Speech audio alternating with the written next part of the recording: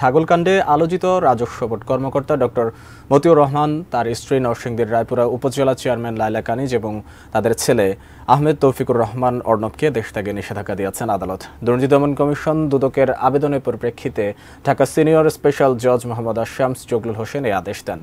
সম্প্রতি ইফাত নামের এক তরুণ কোরবানির জন্য 15 লাখ টাকা একটি ছাগল কেনেন। বিষয়টি সামাজিক যোগাযোগ মাধ্যমে ছড়িয়ে পড়লে সবাই খুঁজতে থাকেন এত টাকার উৎস কি। তখনই সামনে আসে জাতীয় রাজস্ব বোর্ড কর্মকর্তা মতিউর রহমানের নাম। যদিও এক পর্যায়ে নিজের ছেলেকে অস্বীকার করেন মতিউর। আলোচিত সেই ঘটনার পর সরকারের উচ্চ মহল অনেকটা নিশ্চুপ থাকলেও পরে আর শেষ রক্ষা হয়নি মতিউরের।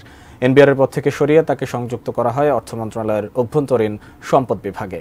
রোববার সরকারের অভ্যন্তরীণ সম্পদ বিভাগ আইআরপি থেকে এই আদেশ দেওয়া হয়।